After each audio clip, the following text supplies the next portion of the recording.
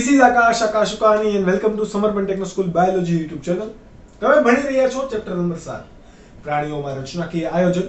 આજે આપણે ભણીશું lecture number 19 કે જેમાં દેડકાની અંતઃસ્થ રચનાની વાત કરીશું. લેક્ચર નંબર 19, 20, 21 ની અંદર આપણે 18મા લેક્ચરમાં જોયું કે બાહ્યકાર રચના અને શ્વસન તંત્ર. ત્યારબાદ 19મા લેક્ચરની અંદર આપણે શરૂઆત કરીશું દેડકાના પાચન તંત્રથી. દેડકો કેવો પ્રાણી છે? તો દેડકો માંસાહારી પ્રાણી છે. કેવું છે? માંસાહારી. હવે તો દેડકા તો મિશ્રાહારી પણ તમે કહી શકો, પણ મોટા ભાગે એ માંસ ખાય છે. શું ખાય છે? માંસ. એટલે માંસાહારી પ્રાણી છે. તથા દેડકાના પાચન તંત્રની અંદર પાચન નળી અને પાચક ગ્રંથિનો સમાવેશ થાય. કોનો સમાવેશ થાય? પાચન નળી અને પાચક ગ્રંથિઓનો સમાવેશ થાય. દેડકાનું પાચન તંત્ર કેવા પ્રકારનું છે? મુખ દ્વારથી લઈને ગુદાદ્વાર સુધીનું એક સળંગ નલિકામય છે. તો એનાથી એને શું કહેવામાં આવે? સંપૂર્ણ પાચન તંત્ર જોવા મળે છે. બરાબર. શરૂઆત ક્યાંથી થશે? મુખ ગુહાથી. આ આખો ડાયાગ્રામમાં તમને 3 તંત્ર આપેલા છે. એક ઉત્સર્જન તંત્રનું આકૃતિ છે, એક પાચન તંત્રની આકૃતિ છે, એક આ જે છે એ ફેફસા દોરેલા છે. ઓકે, પણ તમારે અહીંયા હૃદય પણ દોરેલું છે. શું છે? હૃદય. આ તમારે એમાંથી ફક્ત શું કોને યાદ રાખવાનું છે? પાચન તંત્રને. ઓકે, તો જ્યારે પણ જેની જરૂરિયાત પડતી જશે એ રીતે હું તમને સમજાવતો જઈશ. આપણે થોડુંક નામ નિર્દેશન કરી દઈએ. આ ભાગ છે એ છે હૃદય. કોણ છે? હૃદય. આ તો આપણે ઓળખી જ ગયા હોય. કોણ હોય? મૂત્રપિંડ. બરાબર. આ જે બે પાંખ જેવા ભાગ છે એ કોણ છે? યકૃત. કોણ છે? યકૃત. આ બે જે લટકે છે એ શું છે? ફેફસા. શું છે? ફેફસા. આ જે ભાગ ફૂલડા જેવો છે એ શું છે? પિત્તાશય. શું છે? પિત્તાશય. આ જે બે છે એ શું છે? કિડની અથવા તો એને શું કહેવાય? મૂત્રપિંડ. આ મૂત્રપિંડ સળગતા નથી, એટલે કે આ જે છે એ ફાયર નથી. એ શું છે? ઉપરની મેદકાય. શું છે? મેદકાય. બરાબર. આ એક્સ્ટ્રા વાત થઈ ગઈ. હવે જે આપણે વાત કરવાની છે એના વિશે આપણે ભણતા જઈશું અને ધીરે ધીરે તમને કહેતા જઈશું. ઓકે, ચલો. પાચન નળીની શરૂઆત ક્યાંથી થશે? તો કે મુખ ગુહાથી. ક્યાંથી થાય શરૂઆત? મુખ ગુહાથી. મુખ ગુહા એ આ દેડકાના શું આવેલા હોય? હોઠ આવેલા હોય. ત્યાંથી એ હોઠ શેમાં ખુલે? મુખ ગુહામાં ખુલે. ત્યારબાદ આ મુખ ગુહા એ શેમાં ખુલશે? કંઠ નળીમાં ખુલે. કંઠ નળીમાં ખુલે. કંઠ નળીમાં તો જ ખુલે જો કંઠ હોય તો. પણ અહીંયા તો કંઠ છે જ નહીં. છે કંઠ? કારણ કે આપણે એવું ભણી ગયા કે કેવું હોય? દેડકાને ગરદનનો અભાવ હોય. શું હોય? અભાવ. એટલા માટે મુખ ગુહા અન્ન નળીમાં ખુલે. શેમાં ખુલે? અન્ન નળીમાં. આ અન્ન નળી કેવી હશે? ટૂંકી હશે. કેવી હશે? અન્ન નળી કેવી? ટૂંકી અન્ન નળી. શા માટે ટૂંકી અન્ન નળી હશે? તો કે ગરદનનો અભાવ છે એટલા માટે અન્ન નળી પણ કેવી હશે? ટૂંકી હશે. કેવી? ટૂંકી હોય. તથા આખો જે અન્ન માર્ગ છે એ પણ કેવો હશે? મનુષ્યની સાપેક્ષે તમે જોવા જાવ તો અહીંયા ટૂંકો છે. કેમ? તો કે દેડકો કેવો છે? માંસાહારી પ્રાણી. માંસાહારી પ્રાણી હોવાથી અન્ન માર્ગ, સંપૂર્ણ અન્ન માર્ગ કેવો જોવા મળે? ટૂંકો જોવા મળે. આપણે અન્ન નળીની વાત કરીએ તો આ ભાગ કોણ છે? અન્ન નળી. અહીંયાથી મુખ ગુહા ખુલતી છે તો આ ભાગ કોણ થશે? અન્ન નળી. આ અન્ન નળી શેમાં ખુલે છે? આ ભાગમાં. તો એ ભાગ શું દર્શાવે છે તમને? જઠર. શું છે? જઠર. તો આપણે હવે જેની રચના ભણવાના છીએ એ બીજું કોણ છે? જઠર.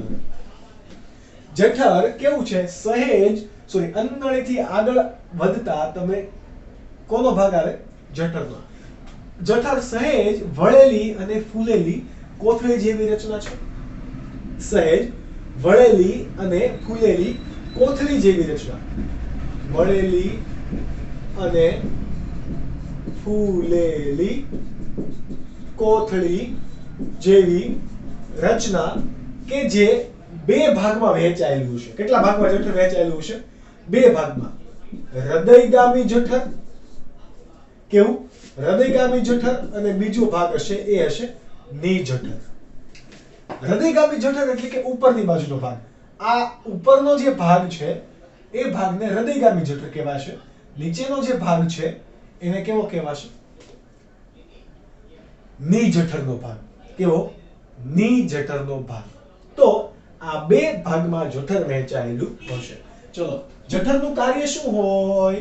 તો કે ખોરાકનું પાચન કરવું.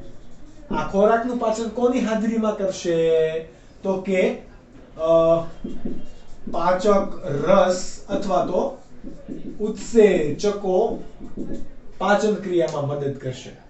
બરાબર? પાચક રસ અથવા તો પાચક ઉત્સેચકો પાચનની પ્રક્રિયામાં મદદ કરશે. એ પાચન પ્રક્રિયા કેવી હશે એ આપણે પાચન તંત્ર વર્ણવાઈ જાય ત્યારબાદ જોઈએ. ઓકે, તો આ વાત થઈ. હવે જે ભાગેથી નિજઠર છે એટલે કે આ ભાગ કોનો છે? આ ભાગ નિજઠર છે એટલે કે જઠરનો અંતિમ ભાગ. જઠરના અંતિમ ભાગથી આગળ કોણ આવેલું છે? પક્વાશય. કોણ આવેલું છે? પક્વાશય. પિત્તાશય નથી, જોજો. પિત્તાશય અને પક્વાશય અલગ અલગ વસ્તુ પડશે. આ નિજઠરથી આગળ આ જે યુ આકારની રચના છે એ પક્વાશય છે. આ પક્વાશય એ કોનો ભાગ છે? આંતરડાનો. કોનો? આંતરડાનો. એટલે જઠરની બાદ આપણે અહીંયા લખવા જઈએ તો ત્રીજું આમ તો આંતરડું લખીએ. કેવું? આંતરડું. તો આંતરડાને આપણે બે ભાગમાં વિભાજિત કરીશું. કેટલા ભાગમાં? બે. આ જે નિજઠરની સાથે જે જોડાયેલો આ યુ આકારનો ભાગ છે, આમ તમને સી આકાર દેખાય, પરંતુ આમ યુ આકારનો જે ભાગ હશે એ ભાગ કયો છે? પક્વાશય. કયો? પક્વાશય. યુ આકારનો નિજઠર સાથે જોડાયેલ ભાગ એને શું કહેવાય? પક્વાશય. પક્વાશયની બાદ આ જે આખું આંતરડું છે, લાંબી ગૂંચળામય રચના કે જેને શું કહેવાય? શેષાંત્ર. શું કહેવાશે? શેષાંત્ર. તો આંતરડાને આપણે અહીંયા કેટલા ભાગમાં વહેંચ્યું? બે ભાગમાં. પહેલું અહીંયા કોણ? પક્વાશય. આટલું, બરાબર? આટલું. અને આ બધો ભાગ છે એ કોણ છે? શેષાંત્ર. તમારે વચ્ચે નામ નિર્દેશન નથી કરવાનું, આવી રીતે સાઈડમાં એરા કરીને કરવાનું છે. આપણા પાસે જગ્યા નથી એટલે આ રીતે કરીએ છીએ, રાઈટ? આ શેષાંત્ર. તમને એમ થાય સર નાનું આંતરડું ને મોટું આંતરડું એવું કઈ ના હોય? યસ, આ આખો ભાગ છે એ નાનું આંતરડું જ છે. શું છે? નાનું આંતરડું. એ મોટું આંતરડું ખૂબ જ ટૂંકું જોવા મળે. ચલો, શેષાંત્રનું કાર્ય શું છે? ખોરાકનું પાચન કરવું. શું કરવું? ખોરાકનું પાચન કરવું. તથા શેષાંત્રની અંદર જેવી રીતે મનુષ્યના આંતરડાની દિવાલમાં કેમ નાના નાના આંગળી જેવા પ્રવર્ધો આવેલા હોય કે જે શોષણની સપાટીમાં વધારો કરે, એ પણ આવેલું હોય. બરાબર? એટલે કે એક તો કેવું છે? અત્યંત ગૂંચળામય નલિકા, અને એ અંદરની દિવાલ તરફ કઈ બાજુએ? અંદરની દિવાલ તરફ આંગળી જેવા પ્રવર્ધો કે જેને શું કહેવાશે? સૂક્ષ્મ રસાંકુરો ધરાવે છે. સૂક્ષ્મ રસાંકુરો ધરાવે કે જેનું કાર્ય શું હશે? કાર્ય શું હોય? શોષણની સપાટીમાં શું કરે? વધારો કરશે. શોષણની સપાટીમાં વધારો કરવાનું કાર્ય કોનું હશે? સૂક્ષ્મ રસાંકુર. ત્યારબાદ આ જે શેષાંત્ર જેમાં ખુલે છે, શેષાંત્ર અહીંયા સુધી લંબાયેલું છે. શેષાંત્ર જેમાં ખુલે છે આ ભાગ એ શું છે? મળાશય કે પછી મોટું આંતરડું? શું? મળાશય કે પછી મોટું આંતરડું, બરાબર? આ ભાગ આને તમે મોટું આંતરડું પણ કહી શકો અને મળાશય પણ કહી શકો, કારણ કે દેડકો માંસાહારી પ્રાણી હોવાથી આંતરડાની લંબાઈ પણ એટલી બધી લાંબી હોતી નથી. પરિણામે સમગ્ર અન્નમાર્ગ કેવો હશે? ટૂંકો હશે. અહીંયા મોટું આંતરડું બહુ લાંબુ નથી જોવા મળતું. મોટું આંતરડું અથવા તો અવસારણી, અને આ સમગ્ર રચનાને શું કહેવાય છે? બ્લેક કલરથી જે તમને દેખાય છે અવસારણી. શું કહેવાય? અવસારણી. આ એનો આગળનો છેડો એ ફૂલેલો કોથળી જેવો છે કે જે મોટું આંતરડું છે, જે શેષાંત્ર સાથે જોડાયેલું છે. કોના સાથે? શેષાંત્ર સાથે જોડાયેલું છે. તો એનું કાર્ય શું હશે? અપાચિત ખોરાકોનો સંગ્રહ કરવાનું. એટલે આપણે અહીંયા ચોથો ભાગ દર્શાવીએ, મળાશય. તો કોની સાથે જોડાય છે? શેષાંત્ર સાથે જોડાયેલ છે. એને તમે બીજી રીતે કહેવા જાવ તો મોટું આંતરડું પણ કહી શકાય, બરાબર? ચલો, એનું કાર્ય, મળાશયનું કાર્ય શું હશે? અપાચિત ખોરાકનો સંગ્રહ કરવાનું કાર્ય હશે. કોનું? મળાશય. આ મળાશય એટલે કે આટલો ભાગ જ છે, બરાબર? ત્યારબાદની જે આ કોથળી છે આ સંયુક્ત રીતે હશે, પરંતુ આ જે કોથળી છે આ ભાગને શું કહેવાશે? અવસારણી. શું કહેવાય? અવસારણી. આ આખો ભાગ, બરાબર? આ એની ઉપર ચોટેલું હોય. આ ભાગ જે રેડ કલર થી દર્શાવે છે એ શું છે? મૂત્રાશય. આ ઉપર મળાશય, આ મૂત્રાશય. મળાશય અને મૂત્રાશય સંયુક્ત રીતે ક્યાં ખુલે છે? અવસારણીમાં. ક્યાં ખુલે છે?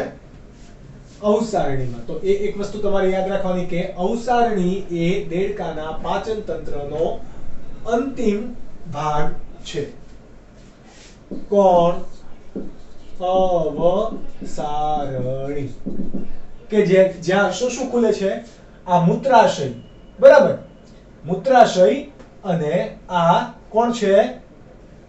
મળાશય અહીંયાથી ખુલે છે. એ બંને ભાગ, મૂત્રાશય અને મળાશય, ક્યાં ખુલે છે? નાની નલિકા કે કોથળી જેવી રચનામાં ખુલે. તેને શું કહેવામાં આવે? તેને શું કહેવાશે? તો કે અવસારણી. આ અવસારણીનો આગળનો છેડો શું બનાવે છે? અવસારણી દ્વાર, કે જેના દ્વારા અપાચિત ખોરાક કે મૂત્ર બધું જ એક જ સાથે બહાર નીકળશે. અહીંયા મૂત્ર માર્ગ અને મળ માર્ગ અલગ અલગ હોતા નથી. જોજો, કારણ તો કે બધું અવસારણીની અંદર જ ખુલી જાય છે. મૂત્ર માર્ગ અને અહીંયા લખી દઉં કે મૂત્ર માર્ગ અને મળ માર્ગ અલગ અલગ હોતા નથી. આની સિવાય આ મૂત્રપિંડ છે, તો મૂત્રપિંડ નલિકા પણ શેમાં ખુલે છે? સોરી, આ મૂત્રાશયમાં ખુલશે. આ રીતે સમજ પડી? અને મૂત્રાશયમાંથી એ સીધું અવસારણી દ્વારા બહાર જશે. હવે જો નર દેડકો હોય તો નર દેડકાની આ કોણ છે? મૂત્ર નલિકા. તો એ મૂત્ર નલિકા જ મૂત્ર જનન નલિકા તરીકે વર્તે. કેમ? તો કે આ કોણ છે? મૂત્રપિંડ. તો મૂત્રપિંડની અહીંયા શું આવેલા હોય? નર દેડકાની અંદર શુક્રપિંડ આવેલા છે. આ તમે પ્રજનન તંત્રમાં ભણશો. તો આની નલિકા પણ ક્યાં ખુલશે? મૂત્રપિંડ નલિકાની અંદર ખુલી જાય. તો આ મૂત્રપિંડ નલિકા, આ નર જનન નલિકા, એ બંને ભેગી થઈને અહીંયા શું બનાવે છે? મૂત્ર જનન નલિકા. એટલા માટે શુક્રકોષો પણ ક્યાં આવશે? અવસારણીમાંથી બહાર નીકળશે. ક્યાંથી? અવસારણીમાંથી. એટલે દરેક માટે એક જ ભાગ અવસારણી જોવા મળે છે.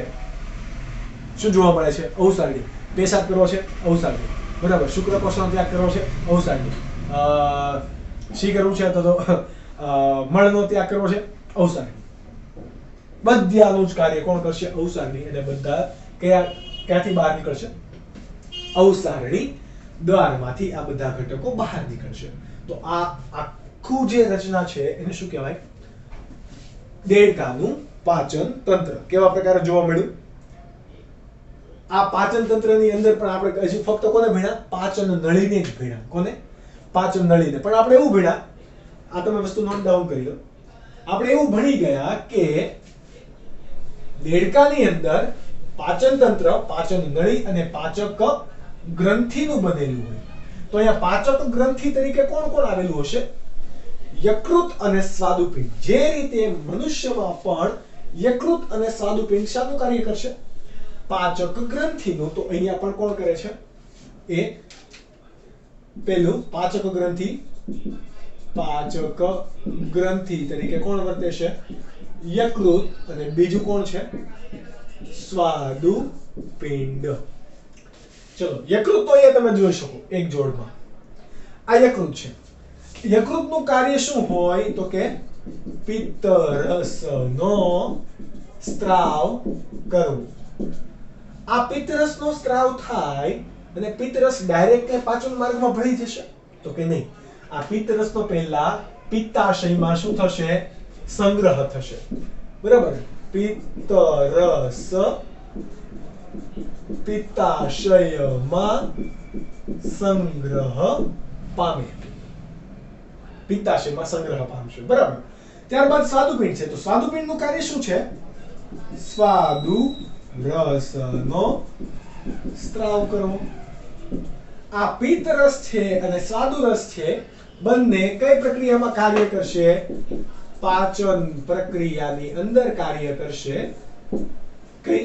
પાચક પ્રક્રિયાની અંદર. કઈ જગ્યાએથી ભળશે? આ પક્વાશયમાં બંને ભળશે. ક્યાંથી? પક્વાશયમાં ખુલે. બરાબર? પિત્તરસ ક્યાં ભળશે અને સ્વાદુરસ પણ ક્યાં મળશે? પક્વાશયમાં. કઈ રીતે હવે પ્રક્રિયા થશે? એટલે કે પાચનની પ્રક્રિયા કઈ રીતે થશે એ પણ તમારે ભણવું પડે. એ પહેલા તમે આટલી વસ્તુ, આ ફક્ત થયું પાચન તંત્ર. આ વસ્તુ તમે પહેલા નોટ ડાઉન કરી લો.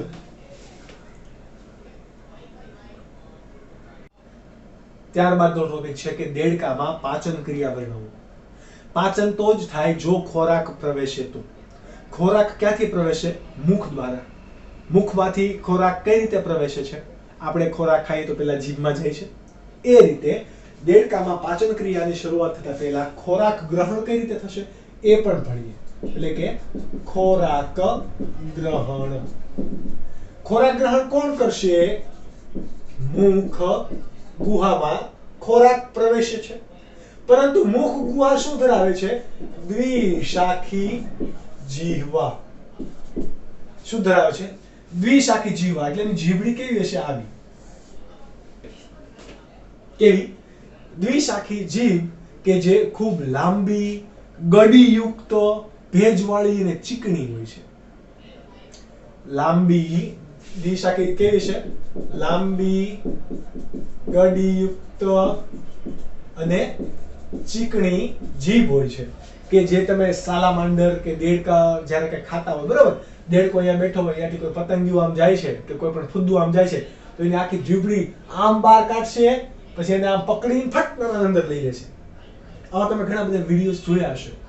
ના જોયા હોય તો ક્રિસ 3 ની અંદર પેલું ખબર માનવર કરે છે, બરાબર? આમ જીભડી લાંબાવે અને સાલામાંડરનો એની અંદર ગુણધર્મ હોય, એટલા માટે અહીંયા અંદર ડાયરેક્ટ પેલાનું આઈસ્ક્રીમ ખાઈ જતું હોય. એની જેમ આની જીભડી લાંબી, ગડીયુક્ત અને દ્વિશાખી હશે કે જે ખોરાક ગ્રહણ કરવા માટે મદદ કરશે. એટલે કે ખોરાક ગ્રહણ થઈ ગયું. ત્યારબાદ આ ખોરાક ચાવાઈને, કારણ કે દેડકાને દાંત પણ હોય છે, નાના નાના કરવતાકારે ઘણા બધા દાંત હોય છે. આ દેડકો ખોરાક ચાવીને ક્યાં મોકલશે? ટૂંકી અન્નનળીમાં. ક્યાં મોકલશે? ટૂંકી અન્નનળીમાં. અન્નનળીમાંથી ખોરાક ક્યાં જાય? જઠરમાં. ક્યાં જાય? જઠરમાં. તો જઠર અહીંયા પાચનની અંદર કઈ રીતે મદદ કરશે એ જોઈએ. જો તો કે જઠરની દીવાલ એ હાઇડ્રોક્લોરિક એસિડનો સ્ત્રાવ કરે છે. શાનો સ્ત્રાવ કરશે? હાઇડ્રોક્લોરિક એસિડનો. આની સિવાય જઠરની દિવાલમાં અથવા તો જઠરમાંથી શાનું શાનું સ્ત્રાવ થશે? HCl ની દિવાલ શાનો સ્ત્રાવ કરે? HCl અને જઠર રસનો સ્ત્રાવ કરશે કે જે શું કરે? ખોરાકનું પાચન કરે. જઠર રસની અંદર શું આવેલું હોય? તો કે પ્રોટીયોલાઇટિક ઉત્સેચકો કે જે પ્રોટીયોલાઇટિક ઉત્સેચકો આવેલું હોય એનું કાર્ય શું હશે? પ્રોટીનનું પાચન કરવું. એટલે કે પ્રોટીનનું પાચન કોણ કરશે? મોટા ભાગે જઠર. કોણ? જઠર. આ જઠરમાંથી જેટલું પણ પાચન થયું એ બધું કેવું હશે? અર્ધ પાચિત ખોરાક. એ બધો ખોરાક કેવો હશે? અર્ધ પાચિત ખોરાક કે જેને શું કહેવામાં આવે? આમ પાક. કેરીનો પાક નહીં, બરાબર? અર્ધ પાચિત ખોરાક કે જેને શું કીધું? આમ પાક. કેમ આમ પાક કીધું? તો કે એ પ્રોટીનનું પાચન કર્યું હશે અને આમાં એસિડ ભરેલું હોવાથી આ કેવું હશે? એસિડિક. એટલા માટે અમ્લીય પાક અથવા તો એને આમ પાક કહેવામાં આવે. એસિડ એની અંદર હશે એટલા માટે. ત્યારબાદ ખોરાક ક્યાં જશે? જઠરથી આગળ નિજઠરનો ભાગ આવે. નિજઠરે મુદ્રિકા સ્નાયુનો બનેલો એક વાલ્વ આવેલો હોય કે જે ખોરાકને પક્વાશયમાં જવાથી નિયંત્રણ કરે. મુદ્રિકા સ્નાયુનો બનેલો વાલ્વ આવેલો છે. ત્યાંથી ખોરાક ક્યાં આવે છે? પક્વાશયમાં આવે. ક્યાં આવે? પક્વાશય. એટલે કે બીજો કોણ કાર્ય કરશે? આંતરડાનો કયો ભાગ? પક્વાશય. આ પક્વાશયની અંદર શું શું આવે છે? તો કે પિત્તરસ આવે છે અને સ્વાદુ રસ પણ ભળે છે. આપણે કીધેલું કે પક્વાશયની અંદર કોણ આવશે? પિત્તરસ આવશે અને સ્વાદુ રસ પણ પ્રવેશે છે. આ પૈકી પિત્તરસ છે એ ચરબીનું તૈલોદીકરણ કરશે એટલે કે ચરબીનું પાચન કરશે. જ્યારે સ્વાદુ રસ છે એ શર્કરા અને ન્યુક્લિક એસિડનું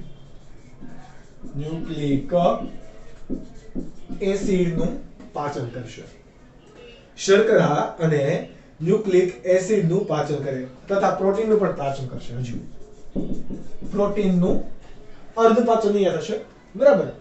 જે કંઈ પણ પ્રોટીનનું પાચન થઈ ગયેલું છે તો પ્રોટીનના પાચન થઈ ગયેલું છે પરંતુ અડધું થયું છે. સમગ્ર પાચન પ્રોટીનનું ક્યાં પચશે? પક્વાશયની અંદર જે સ્વાદુ રસનો સ્ત્રાવ કરે છે એ એમાં મદદ કરશે. સમજ પડી? કેવો પડી? ત્યારબાદ આ અહીંયા પાચનની પ્રક્રિયા થઈ ગઈ. હવે આંતરડાના કયા ભાગમાં? તો કે શેષાંત્ર ભાગની અંદર શું આવેલા હતા? રસાંકુરો આવેલા હતા. કોણ આવેલા હતા? રસાંકુરો. સૂક્ષ્મ રસાંકુરો જેને આપણે કીધેલા. એ શું કરશે? પાચનની અંતિમ પ્રક્રિયામાં ખોરાક ક્યાં દાખલ થયો? આંતરડામાં. હવે આંતરડાની અંદરની દિવાલમાં આવેલા ઘણા બધા આંગળી જેવા સૂક્ષ્મ રસાંકુરો એ શું કરશે? ખોરાકનું શોષણ કેવા ખોરાકનું? પાચિત ખોરાકનું શોષણ અને અધિશોષણ કરવામાં શું કરે? મદદ કરે. કોણ? શેષાંત્રમાં આવેલા રસાંકુરો.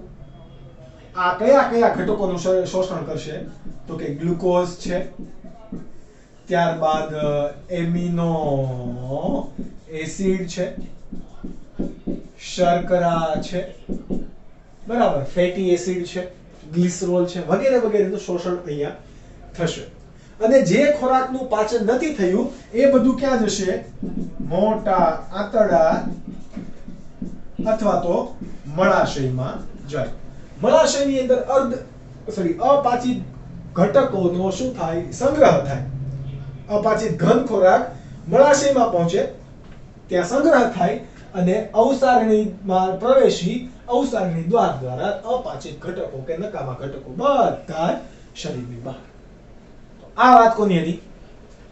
પાચન ક્રિયાની. એકદમ સિમ્પલ છે. તમારે થોડા ટર્મ્સ યાદ રાખવા પડશે જેમ કે પ્રોટીયોલાઇટિક ઉત્સેચક જઠર રસ, HCl આમ પાકળ કોને કહેવાય, પિત્તરસનું કાર્ય શું, સ્વાદુરસનું કાર્ય શું, સૂક્ષ્મ રસાંકુરોનું કાર્ય શું, કયા કયા ઘટકોનું પાચન કરે છે, HC. દ્વિશાખી જીભ કેવી છે, કઈ રીતે કાર્ય કરે છે, બસ બહુ જ સિમ્પલ સવાલ છે. ઓકે, તો પહેલા તમે આ વસ્તુ નોટ ડાઉન કરી લો.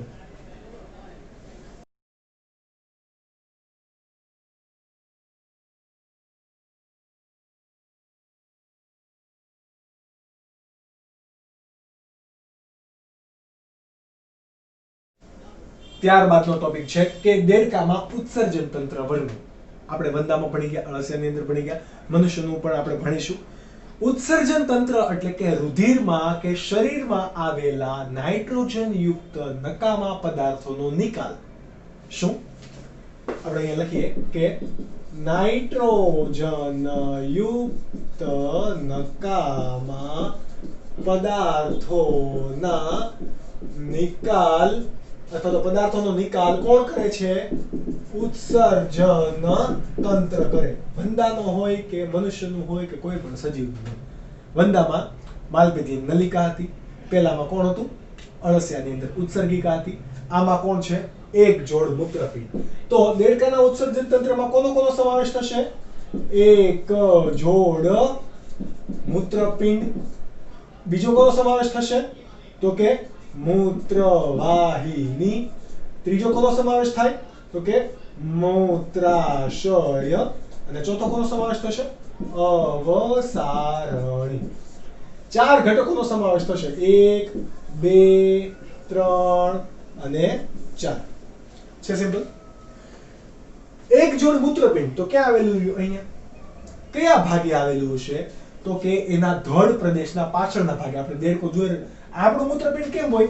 આ ધડ પ્રદેશ છે તો એના નીચેના ભાગે અહીંયા પૃષ્ઠ બાજુએ આપણે મૂત્રપિંડ અહીંયા આવેલા હોય. તમે પાછળ અહીંયા જુઓ એટલે તમારા પાસે બે ખાડા હશે. તો ખાડામાં બીજું કંઈ નથી, મૂત્રપિંડ છે. શું છે? મૂત્રપિંડ. કરોડ, આ કરોડ સ્તંભ છે. કરોડ સ્તંભની બે પાર્શ્વ બાજુ આવેલ છે. તો દેડકામાં પણ એ રીતે જ આવેલું હોય છે. બરાબર? તો કે કરોડ સ્તંભની પાર્શ્વ બાજુએ ધડ પ્રદેશના પાછળના પૃષ્ઠ ભાગે એક જોડ ઘેરા બદામી રંગની રચના. કેવા? રાતા અથવા તો તમે એવું કહી ગાઢ રાતા રંગની, ગાઢ રાતા રંગની વાલ આકારની રચના આવેલી હોય છે. એને શું કહેવાય? મૂત્રપિંડ કહેવાય છે. આ મૂત્રપિંડ શું ધરાવે? મૂત્રપિંડ નલિકા. શું ધરાવે? મૂત્રપિંડ નલિકા, કે જેને શું કહેવાય બીજું? ઉત્સર્ગ એકમ. કેવો કહેવાય? ઉત્સર્ગ એકમ. આ ઉત્સર્ગ એકમ મનુષ્યનું હોય કે દેડકાનું હોય કે પક્ષીનું હોય, હંમેશા ઉત્સર્ગ એકમ એ ઉત્સર્જન તંત્રનો રચનાત્મક અને ક્રિયાત્મક એકમ હોય છે. રચનાત્મક અને ક્રિયાત્મક એકમ એટલે કે આવા ઘણા બધા મૂત્રપિંડ નલિકા ભેગા મળીને મૂત્રપિંડ બનાવે છે. અને જે કંઈ પણ નાઇટ્રોજન યુક્ત પદાર્થોનો નિકાલ કે રુધિર શુદ્ધિકરણની પ્રક્રિયા છે એ મૂત્રપિંડ નલિકા કે ઉત્સર્ગ એકમની અંદર થાય છે. અગણિત અહીંયા હશે, અસંખ્ય નલિકાઓ આવેલી હશે. ઓકે, તો એ બધી નલિકા રચનાત્મક અને ક્રિયાત્મક ભાગ રચે છે કે જે રુધિરની અંદર આવેલા નાઇટ્રોજન, શરીરમાં આવેલું નાઇટ્રોજન યુક્ત નાઇટ્રોજન યુક્ત પદાર્થો રુધિરમાં ભળશે અને રુધિર એને ક્યાં લઈને આવશે? મૂત્રપિંડ સુધી. મૂત્રપિંડમાં શુદ્ધિકરણની પ્રક્રિયા થશે એટલે કે રુધિર શુદ્ધ થઈ જશે. નાઇટ્રોજન યુક્ત પદાર્થો મૂત્ર સ્વરૂપે બહાર નીકળવાના છે એટલે કે એ દૂર થઈ જશે. પરંતુ એ દૂર થઈને ક્યાં જશે? આ કોણ હતું? મૂત્રવાહિની. તો આપણે અહીંયા લખી શકીએ કે નકામા પદાર્થો અથવા તો જે મૂત્ર બની ગયું છે એ નાઇટ્રોજન યુક્ત પદાર્થો મૂત્ર કે જે ક્યાં જશે? અથવા તો નકામા પદાર્થો કેવા સ્વરૂપે હશે? યુરિયા સ્વરૂપ. આપણે એવું ભણી ગયા કે પ્રાણીઓ યુરિયા ત્યાગી હોય, યુરિક એસિડ ત્યાગી હોય અથવા તો એમોનિયા ત્યાગી હોય. મનુષ્ય યુરિયા ત્યાગી. આ યુરિયા ત્યાગી આપણે અળસિયું જોયું હતું કે એ યુરિયા ત્યાગી. આપણે બધા પ્રકાર અલગ અલગ હશે. ઓકે, તો આ યુરિયા ત્રાગી પ્રાણી છે. તો એ બધા પદાર્થ ક્યાંથી વહન પામશે? મૂત્ર વાહિનીમાંથી વહન પામીને ક્યાં જાય છે? અહીંયા આવેલી આ કોણ છે? મૂત્રાશય કોથળીમાં સંગ્રહ પામે છે. આ કોથળીમાં સંગ્રહ પામે અને જ્યારે કોથળી ફૂલ થઈ જાય ત્યારે એ અવસારણીમાં જાય છે અને અવસારણી દ્વારા મૂત્ર બહાર, રુધિરની બહાર. સમજ પડી ગઈ? પ્રાણી કેવા છે? યુરિયા સ્વરૂપે મૂત્રનો ત્યાગ કરતા હોવાથી આને યુરિયા ત્યાગી પ્રાણી કહી શકો, અથવા તો તમે એને કહી શકો યુરિયોટેલિક. શું કહેવાય? યુરિયા ત્યાગી પ્રાણી, અથવા તો એને બીજું તમે શું કહી શકો? યુરોટેલિક. યુરોટેલિક પ્રાણી કહેવામાં આવે છે. ફરીથી મૂત્રપિંડમાં રુધિર ગાળણ ને એવી બધી પ્રક્રિયા દ્વારા રુધિર શુદ્ધ થશે. મૂત્રપિંડમાં રુધિર જ નાઇટ્રોજન યુક્ત પદાર્થો લઈને આવશે. આ નાઇટ્રોજન યુક્ત પદાર્થો શરીરની ચયાપચયની પ્રક્રિયામાંથી આવેલા હશે. એ રુધિરમાંથી મૂત્રપિંડમાં આવે. ગાળણની પ્રક્રિયા થઈને રુધિર શુદ્ધ અલગ થઈ જશે. નકામા પદાર્થો મૂત્રવાહિની દ્વારા અલગ આવશે. મૂત્રવાહિની મૂત્રાશયમાં ખુલશે કે જ્યાં મૂત્ર સંગ્રહ પામશે. મૂત્રાશય જ્યારે પણ ફૂલ થઈ જશે ત્યારે દબાઈને અવસારણીમાં ખુલશે અને અવસારણી દ્વારા શરીરની બહાર. એકદમ સિમ્પલ સવાલ. હવે આપણે પહેલા પણ વાત કરી કે મૂત્રવાહિની જો નર હશે કે કોણ? નર. તો નરની અંદર એ મૂત્ર જનન વાહિની તરીકે વર્તશે. કેમ? તો કે નરની અંદર શુક્રપિંડ આવેલા હશે. એ શુક્રપિંડની આ શુક્રવાહિની શેમાં ખુલે છે? મૂત્રવાહિનીમાં ખુલે. એટલા માટે નરની અંદર શું બનાવી દે છે? મૂત્ર જનન વાહિની. જ્યારે માદાની અંદર આવું કઈ છે નહીં. માદાની અંદર આવું કઈ નહીં હોય. માદાની અંદર અહીંયા અંડપિંડ અહીંયા આવેલા છે, તો અંડપિંડમાંથી અંડવાહિની સીધી અવસારણીમાં ખુલતી છે. એ મૂત્ર જનન વાહિની અથવા તો મૂત્રવાહિની સાથે ભેગી મળતી નથી. તો આ હતું તમારું, એટલે કે અળસિયાનું દેડકાનું ઉત્સર્જન તંત્ર. આઈ હોપ કે તમે વાંચશો, યાદ રાખશો, આ વસ્તુ નોટ ડાઉન કરશો, આકૃતિ 2-4 વખત દોરશો. પ્રેક્ટિસ તો કરવી જ પડશે. એમસીક્યુ સોલ્વ કરજો, વાંચવાનું ટ્રાય કરજો, મહેનત કરજો. આપણે ફરીથી મળીશું નેક્સ્ટ લેક્ચર્સ 20 ની અંદર. ત્યારે આપણે રુધિરાભિસરણ તંત્રની ફક્ત વાત કરીશું. મજા આવશે એમાં પણ તમને. ત્યારે મળી આપણે ત્યારે વધારે ડિટેલમાં વાત કરીશું. તો bye bye and take care.